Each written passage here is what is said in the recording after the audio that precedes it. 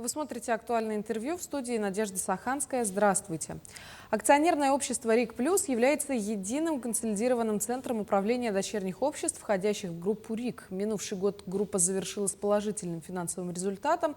Ну а сегодня мы поговорим о деятельности «РИК Плюс» и группы РИК в 2023 году и о планах на 2024. Наш гость в студии Петр Алексеев, генеральный директор акционерного общества «РИК Плюс». Здравствуйте. Добрый день. Скажите, вот прошедший год, 23-й, был для РИК Плюс юбилейным, потому что компании исполнилось 10 лет. Сегодня что собой представляет компания, а также и группа РИК в целом?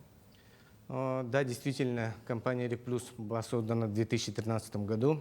И изначально основная цель и задача перед РИК Плюс стояла в том, чтобы мы участвовали в финансировании строительства объектов по решению вопросов переселения из ветхого аварийного жилья, по строительству объектов социальной, транспортной инфраструктуры, объектов энергетики и коммунального хозяйства. Источником были это 7% акций компании «Авроса». Поступило примерно 17,5 миллиардов рублей. И на сегодняшний день данную задачу мы выполнили. Отфинансировано 98% от указанной суммы. 1000 семей переехали в новое жилье. Построены десятки школ по всей республике, 36 объектов газового хозяйства, 34 объектов коммунального хозяйства. Из них самыми крупными социальными объектами, я хотел бы подчеркнуть, это музей «История России. Моя история», затем общественный центр. Вот на днях вводится онкологический диспансер, финансирование которого мы также принимали участие. Ну, исходя из того, что данная задача была РИК Плюсом выполнена, мы провели анализ своих активов, стратегии социально-экономического развития и внесли предложение правительству и главе республики Арсению Сергеевичу Николаеву, которые поставили новую задачу перед нашей группой. И исходя из этого, сегодня РИК Плюс и наши дочерние общества сосредоточили свою деятельность на реализации своих бизнес-направлений, которые также участвуют в реализации важнейших государственных программ республики.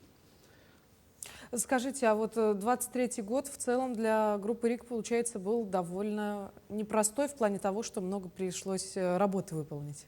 Ну, 23-й год действительно был для нас, как я считаю, успешным. Группа завершила год с положительным финансовым результатом. Те задачи, которые были поставлены перед группой и нашими дочерними обществами в первую очередь, они были выполнены. Итоги мы рассматривали на уровне правительства и главы республики. Также итоги были признаны успешными. Петр Вячеславович, давайте теперь поговорим о результатах по отдельным направлениям. Например, как все сложилось с добычей полезных ископаемых? Ну, в данном направлении у нас работает два общества. Это Янзолото и Яновово. Янзолото работает на территории Устьянского и Алайховского района. Довольно-таки условия сложные, и те планы, которые были перед ними поставлены в прошлом году, они выполнили. Яновово также перевыполнила свой план. По итогам прошлого года они добыли 568 тонн олова. В целом по стране работает только по добыче олова две компании. И Яновово является одним из них. Более того, Яновово является резидентом арктической зоны. Они были первыми у нас в республике. И те показатели, которые были поставлены правительством перед ними, они выполняются. Ежегодно они увеличивают свои объемы добычи олова. И в этом году они должны добыть более 720 тонн, и мы должны в ближайшие 3 года выйти до 2000 тонн олова в Арктике. Это очень амбициозные показатели. Скажите, а что складывается с дорожным строительством в республике? Ну, по дорожному направлению у нас работает также две компании. Это РИК Автодор и ДЭП-135. Дорожно-эксплуатационное предприятие 135, оно базируется в Хандыге, работает по дороге Колыма, Аймакон, Яна. Они участвуют в ремонте, содержании автомобильных дорог. В прошлом году они все свои контракты выполнили своевременно и в хорошем качестве. В прошлом году также мы для ДЭП-135 закупили и ввели в эксплуатацию асфальтобетонный завод. И ДЭП-135 будет участвовать, скажем, в исполнении поручений президента страны о доведении до нормативного состояния дороги Колыма. РИК «Автодор» является лидером, скажем, одним из лидеров дорожно-строительной отрасли республики.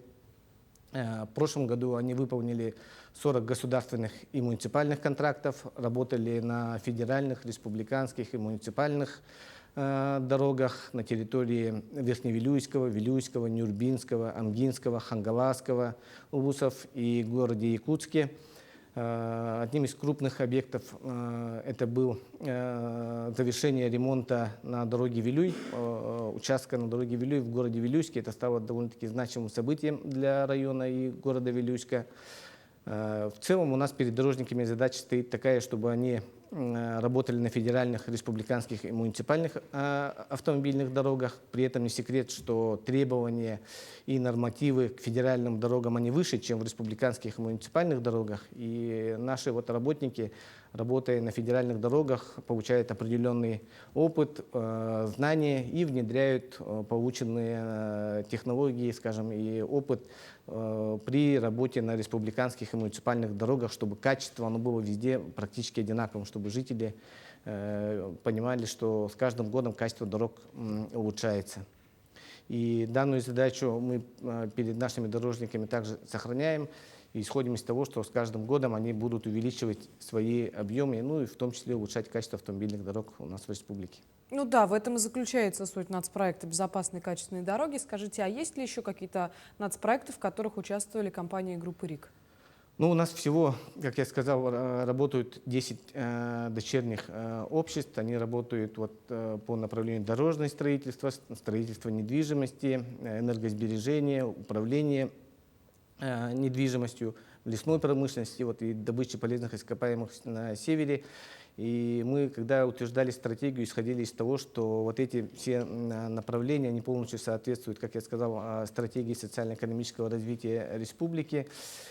Помимо безопасных, качественных автомобильных дорог участвовали у нас в проекте образование, туризм и индустрия гостеприимства и производительность труда. Например, компания «Алмаз» в 2022 году начала принимать участие в проекте по повышению производительности труда, модернизировали завод в городе Якутске, модернизировали сушильные камеры, запустили завод по производству топливных гранул, и по итогам 2023 года, получается, примерно производительность увеличена на 30%. Далее наши дочерние общества участвовали в национальном проекте образования. У нас строители сегодня строят школу на 990 мест в микрорайоне ДСК. Это все мы видим, как развивается этот микрорайон. Там школа это необходимо. В этом году мы ее должны ввести в эксплуатацию. И она должна стать самой большой школой в нашей республике. А если говорить дальше о строительстве, один из значимых проектов, о котором, пожалуй, все якутяне знают, это строительство гостиничного комплекса. Что было сделано в этом направлении? В данном направлении по также поручению главы республики мы реализуем проект по строительству 4-звездочной гостиницы. Участниками и партнерами у нас являются корпорации «Туризм РФ» и «Космос Отель Групп». Это наш национальный бренд. И мы уже все свои корпоративные решения по строительству данной гостиницы приняли. В ноябре 2023 года заключили договор на проектирование. И уже с конца весны этого года мы должны приступить к строительству данной гостиницы. Задача стоит, чтобы данная гостиница она стала, скажем, также самой лучшей у нас в городе Якутске. И обязательно стала определенным, скажем, агрегатором для развития инфраструктуры туризма у нас в республике. Петр Вячеславович, пользуясь случаем, у вас есть возможность обратиться к работникам своим. Может быть, вам есть что им сказать? Надо сказать, что итоги нашей работы – это коллективная работа. У нас в целом в группе работает более 1200 человек. Хотелось бы пожелать им всем здоровья, благополучия, ну и новых трудовых побед во благо нашей родной республики. Помимо производственной деятельности, важна еще и социальная ответственность бизнеса. Мы являемся все же государственной компанией и исходим из того, что в тех местах, где мы работаем, в любом случае должны вести свою деятельность, естественно, с местными администрациями. В большинстве наших дочерних обществ есть соответствующие соглашения с муниципальными образованиями. Например, мы в области дорожного строительства взяли на себя обязательства по муниципальным образованиям, что будем в любом случае участвовать в муниципальных контрактах, ну, независимо от их сложности. Далее осуществляем определенную благотворительную деятельность. Компания «Рик Плюс» проводит ежегодно турнир, например, Кубок Индигирки имени Виктора Петровича Ефимова, турнир по боксу Александра Ивановича Федотова. Когда мы начинали, например, турнир по боксу Александра Ивановича Федотова, он был региональным турниром. Сегодня он уже является турниром всероссийским категории А, является отборочным на участие в чемпионате России. Это, можно сказать, единственный такой турнир у нас в стране. Янова работает в федеральном проекте «Чистая Арктика». Они собирают и вывозят металл на севере, который вот с советских времен там лежит. И другие все наши дочерние общества также, конечно, участвуют в тех или иных социальных мероприятиях, которые проводятся в республике. Помогаем участникам СВО, как и вся наша республика. Поэтому исходим из того, что социальная ответственность бизнеса, она также и к нам обязательно, скажем, мы участвуем в социальной жизни нашей республики. Поделитесь, пожалуйста, с нами еще планами на 2024 год. На 2024 год задача поставлена перед нами, нашим акционером, правительством республики, чтобы все те контракты, которые мы выполняем, были выполнены в срок, соответствующим качеством. Перед нашими строителями стоят задачи по завершению строительства и вводу в данную школу, которая должна стать самой крупной в микрорайоне ДСК.